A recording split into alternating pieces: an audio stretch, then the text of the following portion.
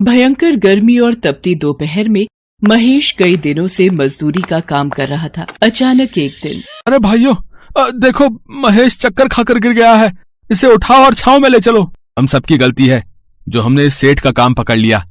कितनी बार तो कह चुके हैं कि दोपहर में जब गर्मी होती है थोड़ी देर काम रुकवा दें, पर यहाँ हमारी कोई सुनता कहाँ है। चलो भाई, फिर से काम पर लग जाते हैं, वरना सेठ जी आ गए तो दो बातें और सुना देंगे और पता चले कि हमारी पगार में से काट लेंगे। ये सब क्या हो रहा है, हैं?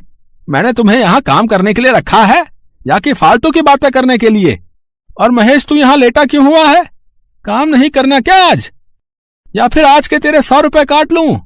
सेठ जी महेश को काम करते हुए चक्कर आ गए थे, इसलिए हमने उसे छांव में लिटा दिया। तुम मजदूरों के सहारे अगर मैं ऐसे काम करने लगा फिर तो मुझे 2 साल एक घर बनाने में लग जाएंगे। महेश, अगर दोबारा ये गर्मी से बेहोश होने का नाटक किया तो मैं तुझे नौकरी से निकाल दूंगा। हाँ। महेश और बाकी मजदूर चुपचाप फिर से काम पर लग गए। अब वो लोग बीच में काम छोड़कर जाते तो सेठ उनके पैसे मार लेता, इसलिए सभी मजदूर उसके खिलाफ कुछ नहीं कह सकते थे। महेश काम करके शाम को सेठ से कुछ उधार पैसे लेने जाता है। अरे अंधे, तू पिछले 10 मिनट से पंखा बंद करके झाड़ू लगा रहा है, हैं? हो गई झाड़ू? अब जल्दी से पंखा चला और सामने कूलर का बटन भी खोलता जा, और मेरे लिए बढ़िया सी ठंडाई बर्फ डालकर बना ला। चल जा। जी मालिक, अभी बनाकर लाता हूँ। काम चोर कहीं के, फिजूल की तनख्वाह खाने की आदत पड़ गई है, हैं? और एक काम नहीं करते, बताओ। हाँ महेश, क्या काम है? तू बोल। मालिक, कुछ पैसे उधार चाहिए थे, मेरे घर का पंखा खराब हो गया है और बिना पंखे के रात को बीवी बच्चों को बहुत गर्मी लगती है। अगर आप कुछ पैसे उधार दे देते तो मैं घर के लिए एक नया पंखा खरीद लेता। तेरा दिमाग खराब हो गया है? मेरे पास इतना फालतू का पैसा नहीं है जो मैं तुम सारे मजदूरों पर उड़ाता रहूं। मुझे भी अपना घर चलाना भाई, और तुम लोगों को क्या गर्मी लगेगी? तुम तो वैसे भी खुली हवा में सोने वाले हो। आजकल इतना अच्छा मौसम है, बाहर आंगन में चारपाई डालकर सुला दिया करो बीवी बच्चों को। मैं पैसे उधार नहीं दूंगा। तेरा क्या भरोसा, कल तू बीमार होकर घर पर बैठ जाए तो मेरे तो पैसे चले जाएंगे ना। और हाँ, बहुत दिनों से देख रहा हूँ तू काम बहुत धीरे कर रहा है, कल सुबह जल्दी आ जाना। महेश उदास होकर घर आ जाता है। क्या हुआ जमुना, ये पिंकी लेटी क्यों हुई है? और सोनू कहाँ है? पिंकी को उल्टियां हो रही हैं। सोनू बराबर वाले मेडिकल से दवाई लेने गया है। सारी रात गर्मी से बच्चे सो नहीं पाते हैं, इसी वजह से तबीयत खराब हो गई है बच्चों की। तुमने पंखे के बारे में बात की? तो थी, पर सेठ जी ने साफ मना कर दिया। ज्यादा जोर डालूंगा तो कहीं नौकरी से ही ना निकाल दे। ये लो माँ दवाई। माँ, बहुत गर्मी लग रही है और जी भी घबरा रहा है, थोड़ी सी हवा कर दो। पिंकी बिटिया, आ मेरी गोदी में आजा, मैं तुझे हवा करता हूँ। पता नहीं हम गरीबों के साथ ऐसा क्यों होता है। ये अमीर लोग हमारी परेशानी को क्यों नहीं समझते हैं। थोड़ी सी मदद कर भी देंगे तो उनका क्या चला जाएगा।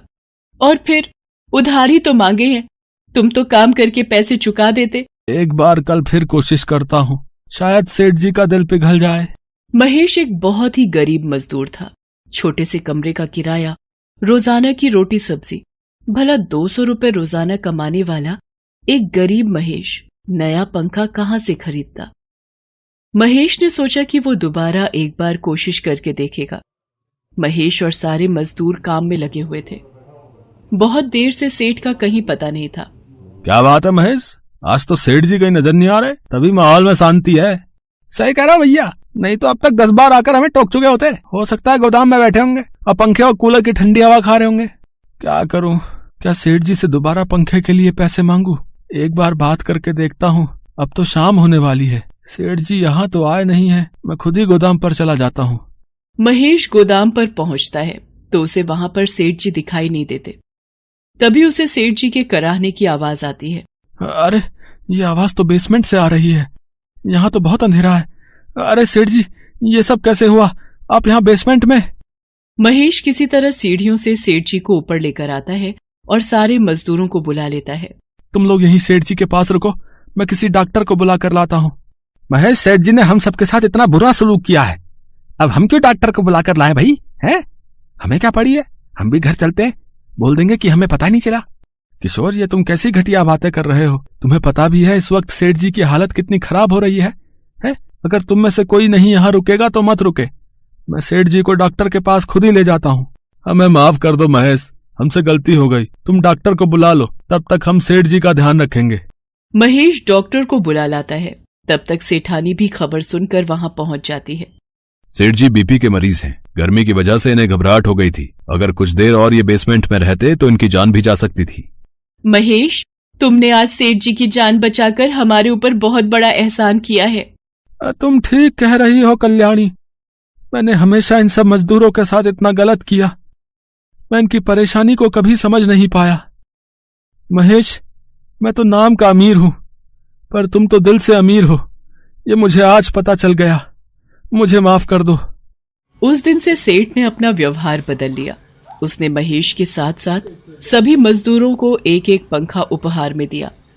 अब दोपहर के वक्त महेश और सभी मजदूर कुछ देर आराम भी कर लिया करते थे।